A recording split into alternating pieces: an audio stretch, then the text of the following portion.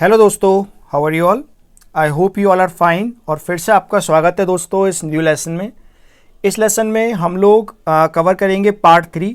आपको पता है हम लोग जनरल फिजिक्स कवर कर रहे हैं और हमारा जो चैप्टर जो चल रहा है वो है यूनिट्स एंड मेजरमेंट। बहुत इंपॉर्टेंट चैप्टर है। अगर आप एयरफोर्स, नेवी, एनडीए या बोर्ड एग्जाम की तैयारी कर रहे हैं तो फिजिक्स में काफ़ी इंपॉर्टेंट चैप्टर है ये, और काफ़ी डिटेल में और बहुत बेसिक से हम लोग चैप्टर को कवर कर रहे हैं। ये जो चैप्टर है ये उसका पार्ट 3 है। इससे पहले मैंने पार्ट 1 और पार्ट 2 भी बना दिया है। अगर आपने नहीं देखा तो आप देख सकते हैं चैनल पर। अगर आप जाएंगे तो आपको प्लेलिस्ट में जाएंगे तो प्लेलिस्ट में जाकर आपको ये इसकी पूरी प्लेलिस्ट मिल जाएगी। सभी लेसन मैंने एक प्लेलिस्ट में आपके लिए बना दिए हैं जिससे आप आराम से देख पाएँ। तो इसको देखिए, अपने नोट्स बनाइए। अगर आपको वीडियो को देखते वक्त कोई डाउट आता है तो आप कमेंट में पूछ सकते हैं, या फिर आप लोग मुझे मेल भी कर सकते हैं, या आप मुझे टेलीग्राम पर ही बता सकते हैं। सारे इंपॉर्टेंट लिंक्स मैंने डिस्क्रिप्शन में दे दिए हैं, वहाँ से आप ज़रूर फॉलो कर लीजिएगा। तो चलिए हम लोग बात करते हैं पार्ट 3 के बारे में। उससे पहले ज़रा एक बार देखते हैं अब तक हमने क्या क्या पढ़ लिया। पिछले 2 लेसन में हम लोगों ने बात कर ली है कि यूनिट्स क्या होती हैं। यूनिट्स क्या होती हैं हमने देख लिया। हमने देखा ड्राइव्ड यूनिट्स क्या होती हैं। हमने देखा एसआई सिस्टम क्या था। साथ में हमने देखा जो स्टैंडर्ड होता है मास को नापने का, लेंथ को नापने का और टाइम को नापने का, और किलोग्राम की जो न्यू डेफिनेशन है वो कैसे आई, ये हमने सब देख लिया है। तो अब तक ये बातें हमने देख ली है, बेसिक हम लोगों ने इसमें कवर कर लिया है। उम्मीद आपको समझ में आया होगा। अब दोस्तों हम लोग चल रहे हैं अपने टॉपिक पर। आज हम बात करने वाले हैं, आज से हम स्टार्ट कर रहे हैं अपना डायमेंशन का टॉपिक। आज हम देखेंगे इसमें जो फिजिकल क्वांटिटी होती हैं उनकी डायमेंशन हम कैसे डिफाइन करते हैं। अगर एग्जाम में आता है कि कोई फिजिकल क्वांटिटी है उसकी डायमेंशन बताइए, तो सबसे पहले आप समझने का ज़रा ट्राई करिए कि मैं आपको क्या बताना चाह रहा हूँ यहाँ पर। देखिए, जैसे कि मैंने आपको बताता हूँ, समझिए। एक होती है फिजिकल क्वांटिटी, कोई भी फिजिकल क्वांटिटी हो सकती है। एक होती है उसकी यूनिट, और एक होती है उसकी डायमेंशन। तीनों अलग अलग चीज़ें हैं। फॉर एग्जाम्पल मैंने लिया फिजिकल क्वांटिटी मास। मास की यूनिट क्या होती है? किलोग्राम। और उसकी डायमेंशन है वो अलग होती है, वो होती है ऐसे ब्रैकेट लगा के एम। समझ रहे हो आप? यानी कि डोंट कंफ्यूज। फिजिकल क्वांटिटी अलग होती है, उसकी यूनिट अलग होती है, और डायमेंशन अलग होती है। तो आपको फिजिकल क्वांटिटी से डायमेंशन निकालना आना चाहिए, और आपको यूनिट से उसकी डायमेंशन निकालना आना चाहिए। ठीक है? तो उम्मीद आपको ये सब समझ में आया होगा जो मैंने अभी बताया है। तो इसी के बेस पर आज हम बात करेंगे डायमेंशंस के बारे में। फिजिकल क्वांटिटी और उसकी यूनिट के बारे में हम लोग बात कर चुके हैं। आज मैं आपको बताऊंगा किस तरह से हम लोग किसी की यूनिट से उसकी डायमेंशन निकालते हैं, और डायमेंशन एग्जैक्टली क्या होती है सब हम देखेंगे। So the physical quantity can be expressed in the terms of basic dimension. जो बेसिक और फंडामेंटल फिजिकल क्वांटिटी होती है उनको हम लोग बेसिक और फंडामेंटल डायमेंशन में डिफाइन कर सकते हैं। फॉर एग्जाम्पल अगर हम मास की बात करें तो मास की यूनिट होती है किलोग्राम, और उसकी डायमेंशन होती है एम। लेंथ की होती है एल, टाइम की होती है टी, इलेक्ट्रिसिटी करंट की होती है, इलेक्ट्रिक करंट की होती है आई, और टेम्परेचर की होती है थीटा। प्लीज़ नोट करिएगा, ये डायमेंशन है, ये यूनिट नहीं है। और जो यूनिट होती है वो अलग अलग हो सकती हैं, लेकिन डायमेंशन हमेशा सेम रहेगी। अभी मैं आपको एग्जांपल देके बताऊंगा। एक फिजिकल क्वांटिटी की यूनिट्स अलग अलग हो सकती हैं, लेकिन उसकी डायमेंशन हमेशा सेम रहती है। Please note, right. तो इसी के बेस पर अगर हम कुछ एग्जाम्पल लेके देखते हैं, जैसे कि मान लीजिए मुझे वॉल्यूम की डायमेंशन निकालनी है।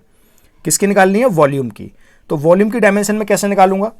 आप मुझे बताइए वॉल्यूम का फॉर्मूला क्या होता है? वॉल्यूम का फॉर्मूला होता है V equal length into breadth into height. ये फॉर्मूला होता है। अब लेंथ भी एक हमारा क्या बोलते हैं मीटर हो गया, इसकी भी यूनिट, और इसकी भी मीटर होगी, और इसकी मीटर होगी। तो यूनिट क्या आ जाएगी वॉल्यूम की? Metre cube. अभी ये यूनिट आई है, प्लीज़ नोट करिए, मीटर क्यू इसकी यूनिट आई है। और अगर मैं इसकी डायमेंशन निकालना चाहूँगा तो मैं क्या करूँगा? अगर मैं इसकी डायमेंशन निकालना चाहूँगा तो वो हो जाएगी L3। समझ रहे हैं आप? क्या हो जाएगी इसकी डायमेंशन हो जाएगी L3। L3 कैसे होगी? M की L हो गई, इस वाले M की L हो गई, और इसकी L हो गई। L कैसे? मैंने अभी पीछे आपको बताया ना कि लेंथ की L होती है। तो इस तरह से आप बना सकते हैं।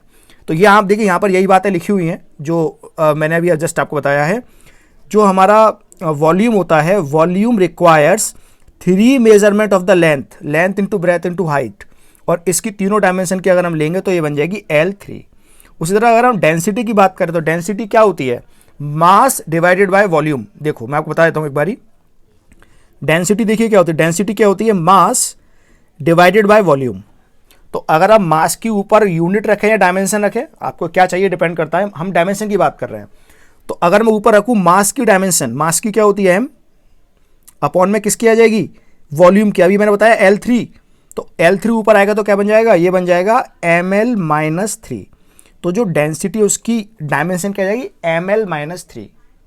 समझ रहे हैं आप, हमने ऊपर डायमेंशन रखी मास की और नीचे रखी वॉल्यूम की। बिल्कुल बेसिक से बता रहा हूं, क्योंकि आगे चल के फिर आपको प्रॉब्लम हो सकती है अगर आपको बेसिक नहीं पता होगा तो इसी तरह से density is mass divided by volume and it's dimensional formula is ml-3। इसी तरीके से आप स्पीड की भी निकाल सकते हैं। स्पीड क्या होती है, डिस्टेंस अपॉन टाइम। तो डिस्टेंस की हो जाएगी L, टाइम की हो गई L, T को ऊपर लाएंगे तो LT-1 हो जाएगा। तो ये बेसिक डायमेंशन प्लीज याद रखिएगा, आपको निकालनी भी आनी चाहिए और याद भी होनी चाहिए। तो ये हमने देखा कि आखिर डायमेंशन क्या होती है, किस तरह से हम लोगों ने फंडामेंटल डायमेंशन देखे और उसके बेस पर हमने ड्राइव्ड डायमेंशन निकाली। ये सारी ड्राइव्ड डायमेंशंस हैं। क्लियर है यहां तक बात। चलिए एक बात जो आपको याद रखनी है वो ये है, dimensions are not same as unit. Dimension unit की तरह बिल्कुल नहीं होती है। फॉर एग्जाम्पल अगर हम स्पीड की बात करें तो स्पीड को हम लोग मीटर पर सेकंड में भी नाप सकते हैं और किलोमीटर पर आवर में भी नाप सकते हैं, लेकिन अगर हम स्पीड की डायमेंशन देखें तो वो हमेशा LT-1 ही होगी। तो dimensions are not same as unit, please note करिएगा। डायमेंशन अलग है, यूनिट अलग है। डायमेंशन एक ही रहेगी, यूनिट अलग अलग हो सकती है किसी भी फिजिकल क्वांटिटी की। चलिए उम्मीद है आपको यहां तक समझ में आया होगा। अब बात करते हैं डायमेंशनल एनालिसिस क्या होता है। डायमेंशनल एनालिसिस की अगर हम बात करें, विमीय विश्लेषण इसे हिंदी में कहते हैं, ये क्या होता है। तो ये एक ऐसा प्रोसेस है जिसमें हम लोग चेक करते हैं the quantity, the dimension of the physical quantity और अ कॉम्बिनेशन। कई सारी फिजिकल क्वांटिटी की डायमेंशन को हम लोग चेक करते हैं। फॉर एग्जाम्पल के तौर पर आप यहाँ देखिए, जैसे मान लीजिए एक यूनिट, हमारे पास एक फॉर्मूला है AB, या फिर ऐसे लिखिए A+B इक्वल C+D। ये मान लीजिए फॉर्मूला है। तो अगर ये फॉर्मूला सही है तो हम इसमें क्या करेंगे, हम इसमें क्या मान के चलेंगे, जो A और B की कंबाइंड करके डायमेंशन होगी वही C और D की कंबाइंड करके डायमेंशन होगी। यानी कि dimension of A plus dimension of B will be equal to dimension of C plus dimension of D। यही बात यहाँ पर लिखी हुई है। तो यहाँ पर आप देख सकते हैं, the each physical quantity on the two side of an equation must be having same dimension. और इसी को हम लोग बोलते हैं दोस्तों principle of homogeneity of dimension. यानी कि अगर कोई इक्वेशन है तो उसके राइट साइड में जो क्वांटिटी लिखी है और उसके लेफ्ट साइड में जो क्वांटिटी लिखी है उनकी डायमेंशन सही होना जरूरी है, एक से होना जरूर, बराबर होना जरूरी है। एक तरफ L है दूसरी तरफ भी L आनी चाहिए, एक तरफ T है दूसरी तरफ भी T आनी चाहिए। इसी को बोलते हैं हम लोग principle of homogeneity of dimensions, right. तो दोस्तों ये था डायमेंशन एनालिसिस। उम्मीद है आपको अच्छा लगा होगा वीडियो।